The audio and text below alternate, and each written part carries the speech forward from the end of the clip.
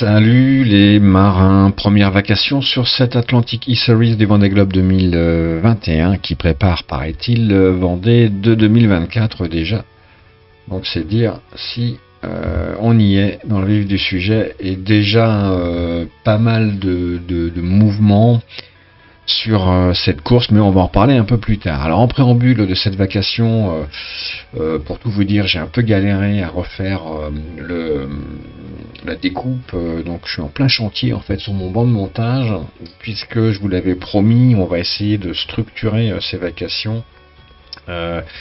J'ai écouté pas mal d'entre vous à ce sujet et j'en ai pris quelques conseils. Et pour le coup, on va pour l'instant la découper en 3 rubriques. Une première rubrique donc sur le statut global de cette course, les positions un petit peu de la flotte et de notre team au sein de cette flotte.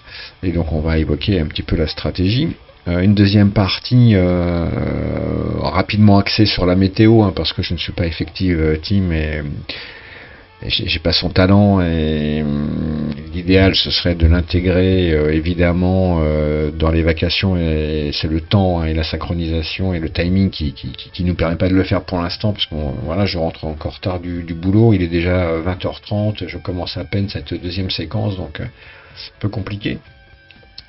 Et un troisième volet sur la vacation qui sera un focus sur 3 marins tout au long de ce run, puis 3 autres pour les prochaines courses. Donc là, un exercice pour lequel je me fais heureusement aider par Mickey, qui fera des screenshots de la position de ces différents marins. Et donc les 3 marins choisis pour ce run seront Mickey, parce que c'est un de nos marins les plus rapides depuis quelque temps. Le deuxième sera un nouveau, c'est Voileux 29, donc un Finistérien probablement, mais on verra ça tout à l'heure.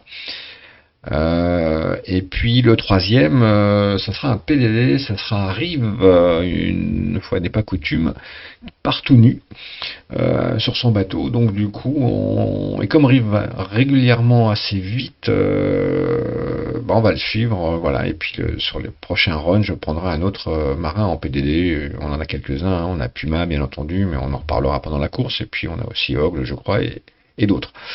Je voulais saluer également avec l'arrivée de nouveaux, donc Raven, Scara et Voileux. Alors peut-être y en a-t-il d'autres, mais c'est vrai que maintenant avec Sem Lagedon, ça en fait quelques-uns là de nouveaux qui arrivent, donc c'est cool, la team s'étoffe et c'est plutôt une bonne nouvelle. Voilà, maintenant on va attaquer directement la rubrique course.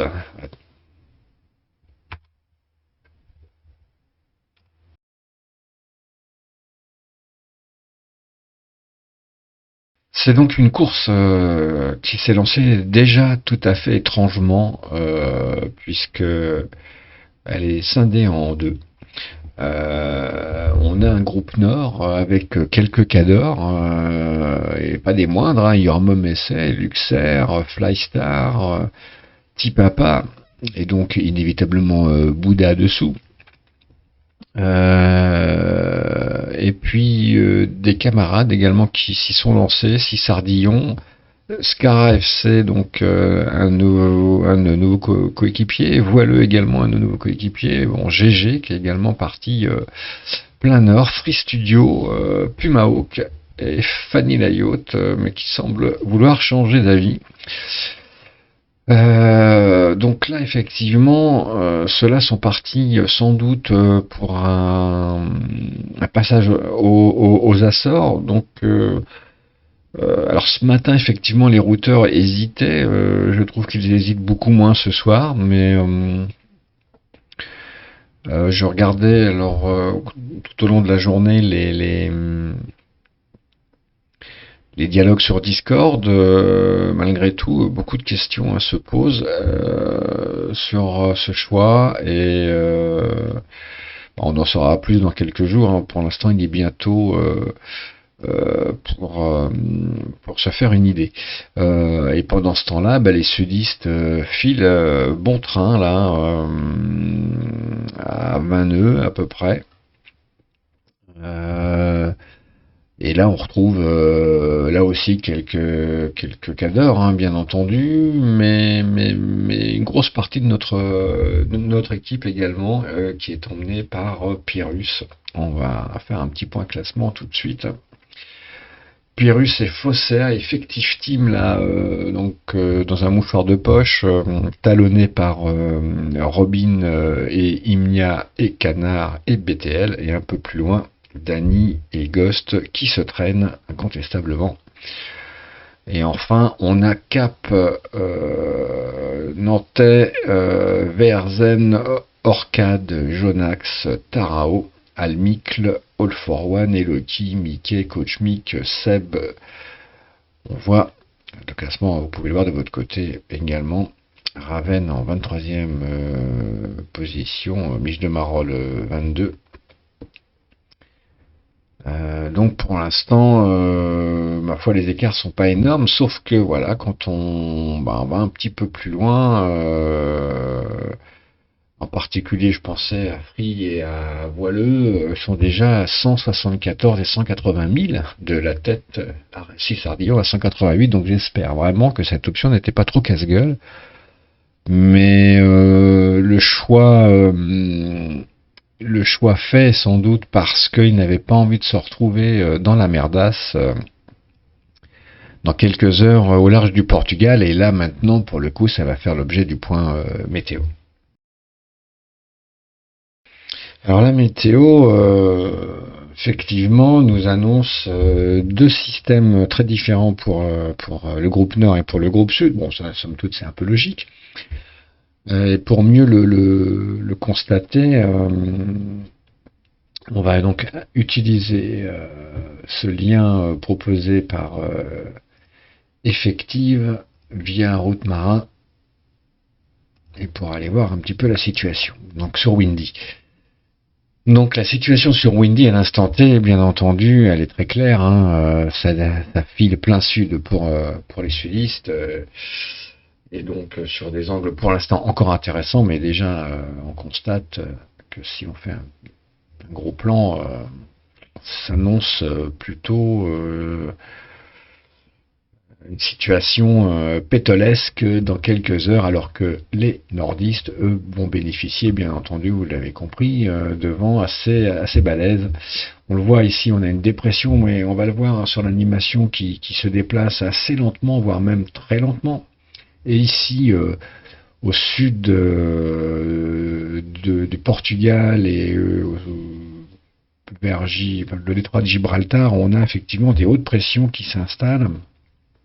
Alors, on va regarder ça. Pardon. On le voit là, ici, il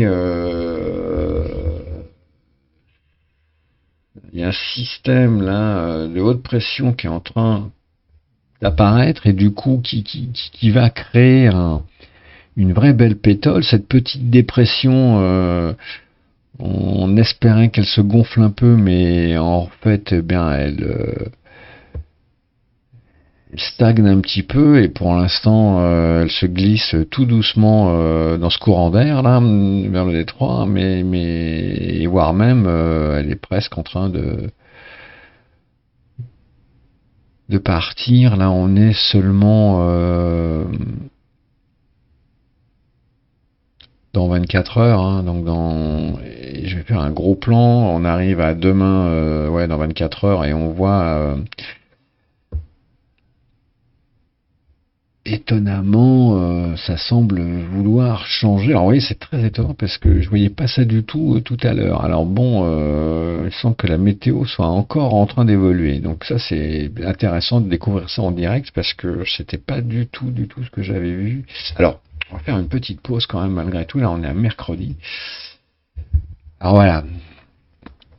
Là, forcément, va falloir ruser et passer entre les grosses bulles là sans vent, et ça va pas être une mince affaire, puisque quand vous regardez dans 24 heures, on sera en gros à pas très loin de Lisbonne, encore que ça va dépendre, mais c'est vrai que c'est très très chaud, et il va falloir qu'on passe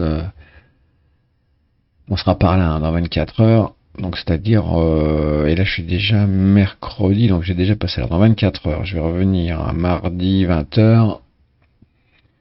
On sera encore dans une zone pas trop désagréable. Alors du coup, je réavance et on va se mettre à 48 heures en direct, on va pas chipoter. Et dans 48 heures, bon, ça va être un peu plus tendax, évidemment. On a là ce passage à niveau à passer qui va pas être forcément très facile. Encore que, ça me semble jouable, mais du coup, l'idée c'est évidemment jeudi matin, si on peut, d'accrocher ce flux très vite qui nous propulse vers le sud et vers Gran Canaria. Donc là, effectivement, la descente pourrait s'avérer assez sport. Donc, certes, ça va pas être simple, faudra pas traîner, mais il y a peut-être moyen quand même de passer pas si mal. Et moi, ça m'étonne un petit peu parce que j'avais regardé Windy en rentrant tout à l'heure, là, il y a 2 heures hein, à peine, et c'était pas tout à fait le même système. Donc c'est vraiment en train d'évoluer. Effective, sans doute, aurait les bons mots hein, pour me l'expliquer. Mais on a l'impression que là, cette dépression a glissé vraiment là pour le coup. Elle glisse vraiment dans le sud-est là. Pas, pas évident. Hein. Ça dépend de l'anime en fait. Mais je m'attendais à quelque chose de plus compliqué. Alors après, je sais pas si mon Windy est très fiable pour le coup. Mais là, on le voit, hein, dans 48 heures, bon, ça peut passer ras les moustaches quand même, mais ça peut passer. Bon, faut pas se retrouver là, quoi. Forcément, si on se retrouve là, c'est compliqué. Et du coup, alors le Zezo, hein, si on fait un petit dézoom à 25, histoire de... Là, bon, on sent que là, on a un passage un peu douloureux, mais pas tant, et... on voit mercredi, on est déjà là à 11 heures le matin. Certes, c'est pas des grandes vitesses, hein, mais c'est pas aussi terrible que je ne l'imaginais. Et du coup, très vite, jeudi matin, enfin dans la nuit de jeudi, on repart sur des bases un peu plus solides. En tout cas assez régulières, ma foi, et pour remonter très vite, là sur du 13 nœuds, donc ce qui est quand même pas anecdotique, et qui nous propulserait vers les Canaries. On arriverait aux Canaries d'ici une centaine d'heures, donc le 16, et ma foi, avec des vents assez moyens, et c'est pour ça que l'option sud reste intéressante, puisque comme le soulignaient certains de nos camarades ce matin, les nordistes eux vont être confrontés à un autre système et, avec une navigation au près. Alors, certes, en virtuel, la navigation au près n'est pas épuisante, mais bon, c'est pas forcément idéal pour ce type de bateau. Hein. Donc, on va suivre ça de très très près, ce duel à très grande distance pour le coup entre le groupe nord et le groupe sud. En me disant que le pari sud me semble plutôt pas mal. Et on le voit. Alors moi j'ai mis un Zezo, je me suis pas trop compliqué la vie pour tout vous dire. Je me suis mis un Zezo euh, directos le Cap. Évidemment, quand vous êtes sur Zezo, l'idéal peut-être est de passer par, comme d'habitude, le Brésil. Donc dans ces cas-là, on change un petit peu l'aspect de notre stratégie. Puisqu'on le voit là, la route habituelle, c'est effectivement récupérer une dépression ici qui vous amène après vraiment Atlantique Sud, mais en ce qui me concerne, je n'ai pas encore décidé en fait, et je demande à voir. Et je me souviens c'était pas le Vendée Globe, c'était le trophée Jules Verne où j'ai évité justement, enfin je suis pas allé chercher les dépressions habituelles au large du Brésil, autour duquel on a l'habitude effectivement de s'enrouler. J'étais parti vraiment plein centre et j'avais laissé à l'époque, je crois que c'était McHall ou Jormo Messet, je crois que c'est Jormo Messet plutôt très très loin derrière, qui lui avait choisi une route plus classique. Mais j'ai le sentiment que la météo n'est pas classique cette année, donc